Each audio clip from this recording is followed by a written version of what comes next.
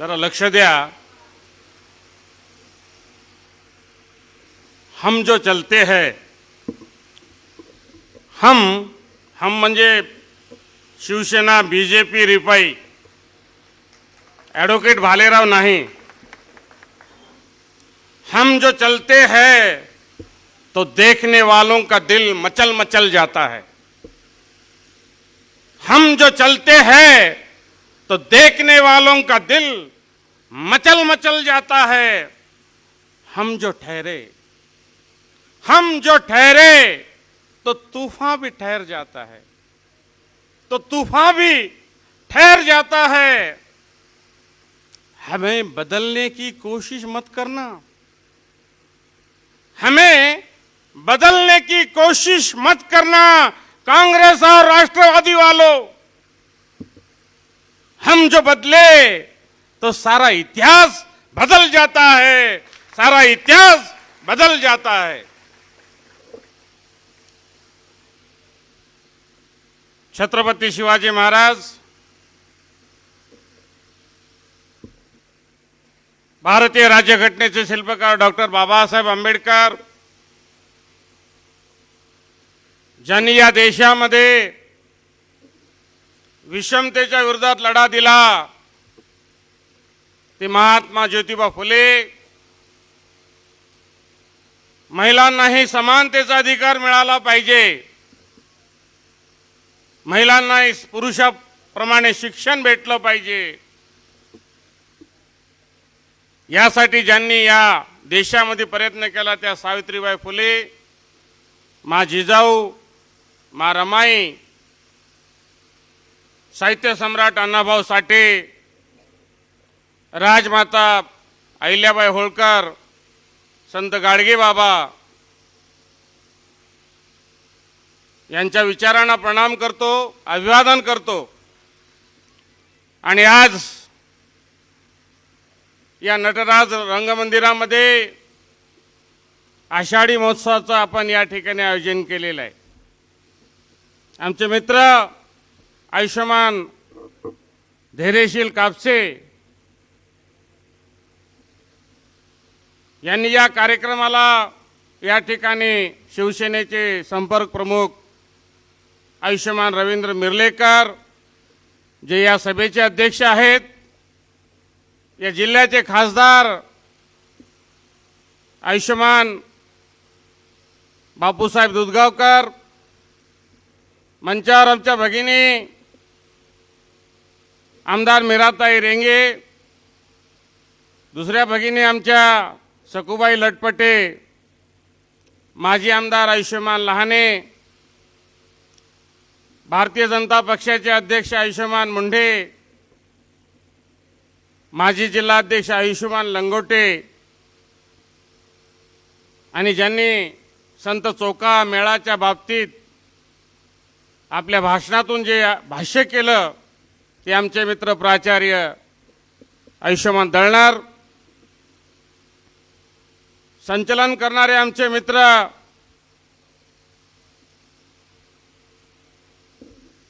आयुष्यमान सराफ आणि ज्या कार्यक्रमाचं संयोजन केलं ते आमचे आयुष्यमान राजू कापसे, त्यांचे सर्व सहकारी, शिवसेनेचे सर्व पदाधिकारी आणि या कार्यक्रमासाठी या पंचक्रोशीतून या शहरातून आलेले सर्व बांधव, बंधू आणि भगिनींनो, एक चांगली कल्पना, एक अभिनव अशी कल्पना या ठिकाणी राजू कापसेने आपल्यापुढे मांडलेली आहे। जे वारकरी पताका घेऊन पांडुरंगाच्या दर्शनासाठी निघालेत, उन्हात पावसात पायी चालत त्या पांडुरंगाचं दर्शन या ठिकाणी व्हावं, स्वराच्या माध्यमातून। कारण संगीत हे माणसाला जीवन देत असतं, स्वर हे माणसाला जीवन देत असतात। त्या स्वराच्या माध्यमातून त्या पांडुरंगाचं दर्शन या सभागृहामध्ये थोड्या वेळाने या ठिकाणी होणार आहे। आपण सभागृहात बसले असताना अभंग चालू होते. अतिशय उत्कृष्ट असे अभंग या ठिकाणी या स्पीकरवर लावले गेले होते. एक वेगळा आनंद, एक वेगळं या ठिकाणचं वातावरण, अतिशय पावित्र्य असलेलं वातावरण या ठिकाणी मला बघायला भेटलं. योगायोग असा आहे, शिवशक्ती भीमशक्ती या युतीचा प्रयोग मी 2001 मध्ये गंगाखेड नगरपालिकेत केला होता.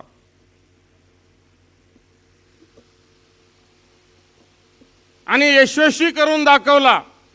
त्यात माझी एमएलसी गेली ते गेली, आरपीआयची माझी एमएलसी गेली, हरकत नाही, परंतु युतीचा प्रयोग मी केलेला आहे. सर्व समाजाला एकत्र एका सूत्रात बांधण्याचं काम त्या ठिकाणी आम्ही करण्याचा प्रयत्न केलेला आहे. आणि या देशामध्ये छत्रपती शिवाजी महाराजापासून, राजर्षी शाहू महाराजापासून, महात्मा ज्योतिबा फुलेपासून ते डॉक्टर बाबासाहेब आंबेडकरांच्या पर्यंत हा देश एक जिन्सी बनावा, एका विचाराचा बनावा. कारण धर्म कोणताही पाळा, जात पंथ धर्म आपल्या हातात नाही. कुठं निवडून यायचं आपल्या हातात नाही, कुठं जन्म घ्यायचा हे आपल्या हातात नाही, परंतु कसं वागायचं हे आपल्या हातात आहे. म्हणून डॉक्टर बाबासाहेब आंबेडकरांनी विचारांना एकत्र बांधण्याचं काम, छत्रपती शाहू महाराजांना एकत्र बांधण्याचं काम या देशामध्ये आपण शिकवलेलं आहे.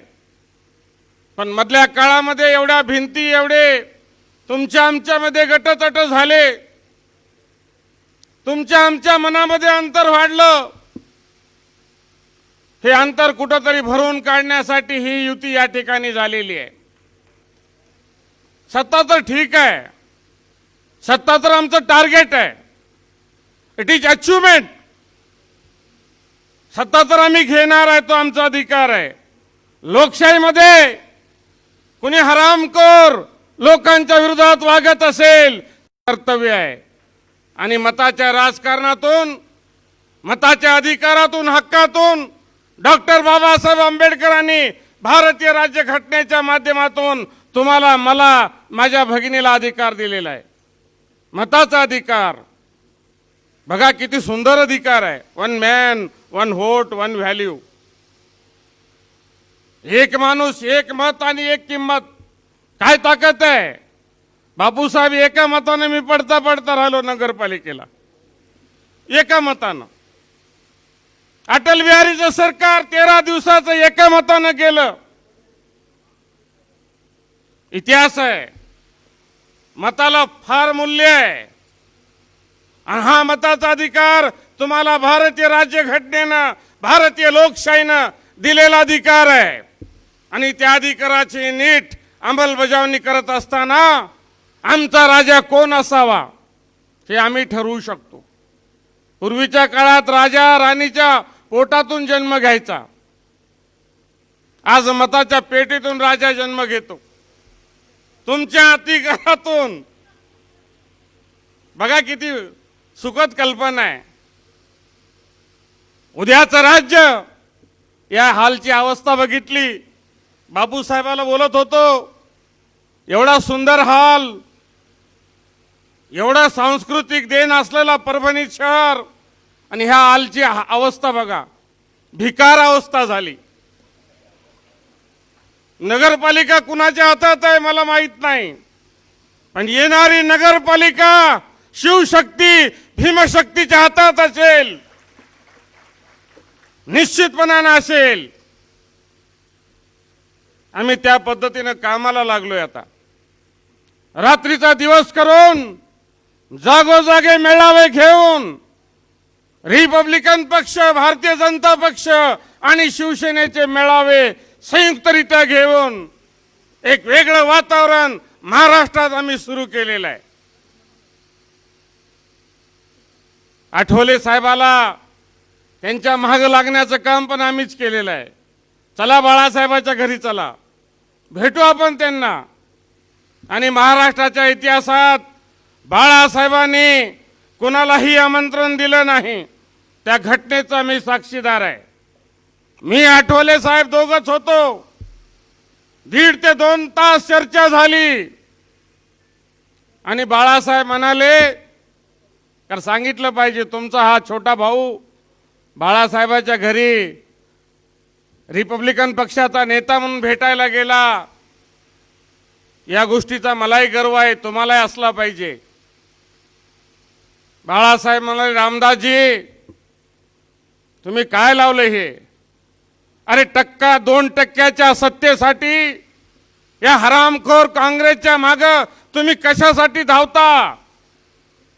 20 वर्षात तुम्हाला 2% सत्ता दिली नाही, 1% सत्ता दिली नाही.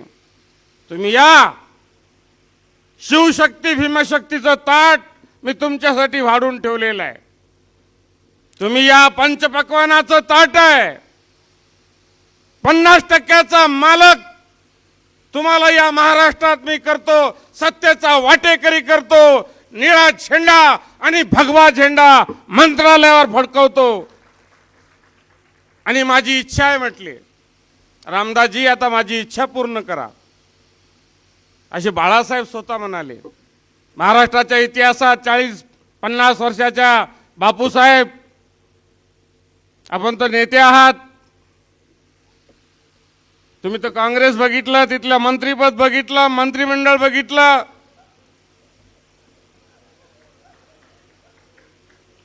आणि पुन्हा येणाऱ्या मंत्रिमंडळातही असाल शिवशक्ती भीमशक्तीच्या.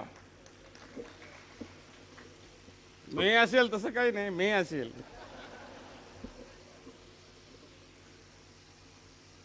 तर ही परिस्थिती बदलायची आहे. आम्ही कुणा एका जातीच्या विरोधात, धर्माच्या विरोधात, पंथाच्या विरोधात नाही. बाळासाहेबांनी स्पष्ट केलं की शेंडीवाल्याचा आणि जानेवाल्याचा पक्ष नाही म्हणले शिवसेना. तुम्ही इतिहास काढून बघा. डॉक्टर बाबासाहेब जेव्हा विलायतेतून देशात आले, पहिला सत्कार बाळासाहेबांच्या वडिलांनी केला. पहिला सत्कार केला दादरच्या त्या चौपाटीवर. म्हणून आता बस झालं म्हणले. तुम्ही बाबासाहेब आंबेडकरांचे भक्त, आम्ही छत्रपती शिवाजी महाराजांचे भक्त. चला एकत्र या. गरज नाही दुसऱ्याची, तुम्ही या एकत्र. आणि अशा पद्धतीनं या युतीला वेग येत आहे. आणि मला वाटतं की दसरा मेळावा हा शिवसेना, भारतीय जनता पक्ष आणि रिपब्लिकन पक्षाचा संयुक्त मेळावा होईल. शिवतीर्थावर, शिवाजी पार्कावर हा मेळावा होईल. आणि त्या मेळाव्यामध्ये घोषणा होईल बापूसाहेब, या युतीची घोषणा होईल. पुढची ध्येय धोरणं ठरवण्यासाठी चर्चा चालू आहेत. तुम्हाला मला विनंती करायची आहे, आज देवाचं नामस्मरण घेत असताना, देवाला स्मरण करत असताना, पंढरीच्या पांडुरंगाचं नाव घेत असताना तुम्हाला विनंती करायची आहे की आपण आता सजग असलं पाहिजे. सजग यासाठी असलं पाहिजे येणाऱ्या काळामध्ये तुमच्यावर फार मोठी जिम्मेदारी पडणार आहे. आणि ती जिम्मेदारी आहे, या नगरपालिका परभणीत कोण असलं पाहिजे, विधानसभेत कोण असलं पाहिजे, मुंबईच्या महापालिकेत कुणाची सत्ता असली पाहिजे, आणि देशाच्या पार्लमेंट कुणाच्या हातात असली पाहिजे. खऱ्या अर्थानं बहुजनांचं राज्य तुम्हाला मला आणायचं असेल तर या ठिकाणी वेगळ्या कामाला आपणास लागावं लागेल. तुमच्या आमच्या मनात काही किलमिश असतील, काही किंतु परंतु असतील तर ते काढून टाका. आमच्या मनात काही नाही. आम्ही कुणाचाही द्वेष करत नाही. आम्ही माणसाला माणूस म्हणणारे, आम्हाला भगवान बुद्धाचं तत्वज्ञान आहे. आम्ही प्राण्यावर तेवढ्याच दयाबुद्धीनं बघतो प्राण्यांच्याकडे.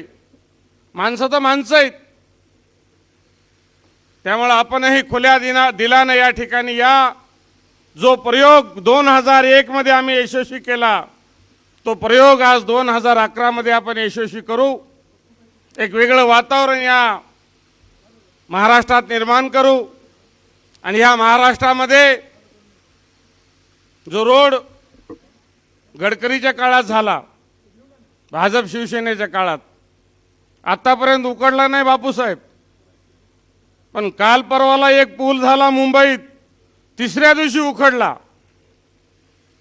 बघा किती बेमानाच्या हातात सत्ता आहे.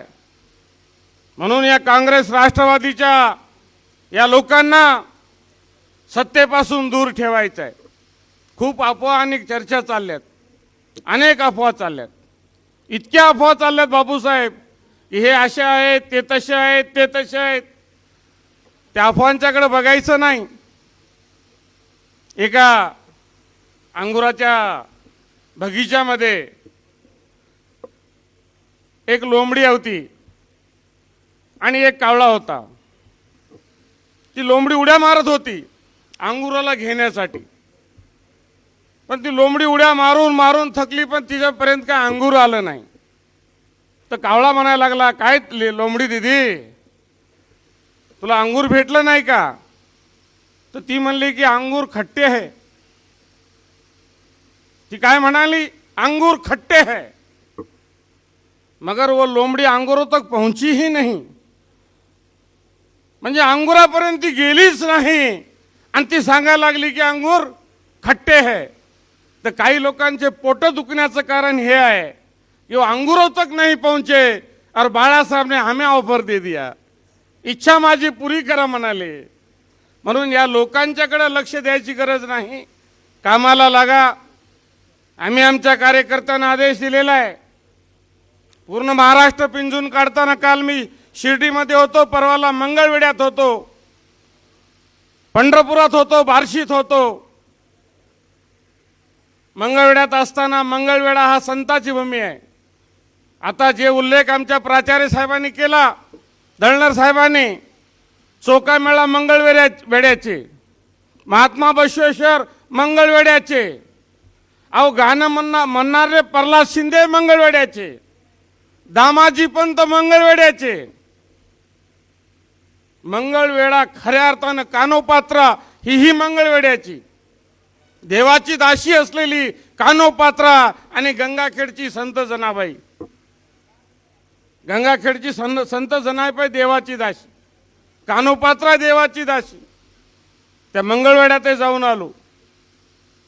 एका वेगळ्या कामाने गेलो होतो. बापूसाहेबाच्या कानात सांगेल नंतर मी कशासाठी मंगळवेढ्याला गेलो होते. तर त्या चोखा मेळाचं उदाहरण आता आमच्या प्राचार्य साहेबांनी सांगितलं की चोख्याचं दर्शन घेतल्याशिवाय विठ्ठूचं दर्शन होत नाही. आणि ही खरी अवस्था आहे. खेड्यामध्ये पाटलाला महत्व तेव्हाच येतं जिथं की महार असल. आता थोडं जातीवर बोलतो. 2-4 जर खळावण नसतील तर तुम्हालाही महत्व नाही बापूसाहेब. महागपुडी पाहिजे. आणि मी इथं आलो येसकर म्हणून नाही, माना सन्मानानं आलो, राजू कापसेच्या निमंत्रणानं आलो. आणि मी माझी बाजू देवाचं नमन प्रणाम करण्यासाठी या ठिकाणी आलो. मी आपली बाजू या ठिकाणी मांडलेली आहे. आणि मी त्या संसदेपेक्षा या संसदेला जास्त महत्व देणारा माणूस आहे. कारण ही लोकांची संसद आहे. ती संसद काही गिण्याचुण्या खासदारांची आहे. ह्या लोकांच्या संसदेपुढं जेव्हा मी बोलत असतो, नुसत्या भाषणावर मी उदगीरमध्ये जाऊन 20,000 मतं घेतले बापूसाहेब. रिडालोचा प्रयोग केला आणि नुसते भाषण केले, 20,000 मतं मला भेटले.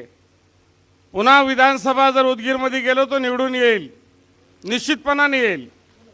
आता तर वेगळं वातावरण आहे. या वेगळ्या वातावरणामध्ये आपण या ठिकाणी वेगळ्या दिशेने कामाला लागू. देवाचा आशीर्वाद घेत असताना आषाढी महोत्सवामध्ये आपण देवाला स्मरण करत असताना एक शपथ घ्या की आम्ही या ठिकाणी या महाराष्ट्रामध्ये जे परिवर्तनाचं वारं सुरू झालेलं आहे त्या वाऱ्याला या ठिकाणी स्वीकार करणार आहोत. आणि एका वेगळ्या दिशेनं समाजकारण, अर्थकारण आणि राजकारण या तिन्ही गोष्टी हे समांतर दिशेनं चालल्या पाहिजे, तरच त्या ठिकाणी बॅलन्स राहतं, नाही तर इम्बॅलन्स होऊन जातं. या महाराष्ट्राची घडी जर विस्कटू द्यायची नसेल तर तुम्हाला जिम्मेदारी घ्यावी लागेल. देवाच्या समोर शपथ घेऊन सांगावं लागेल की आम्ही आता यापुढं या शक्तीच्या मागं, शिवशक्ती आणि भीमशक्तीच्या मागं एकजुटून उभं राहणार आहोत, अशी शपथ तुम्हाला घ्यावी लागणार आहे. आमच्या महिलांना 50% अधिकार मिळालाय. उद्या नगरपालिकेत 23 पैकी 12 ठिकाणी महिला आहेत.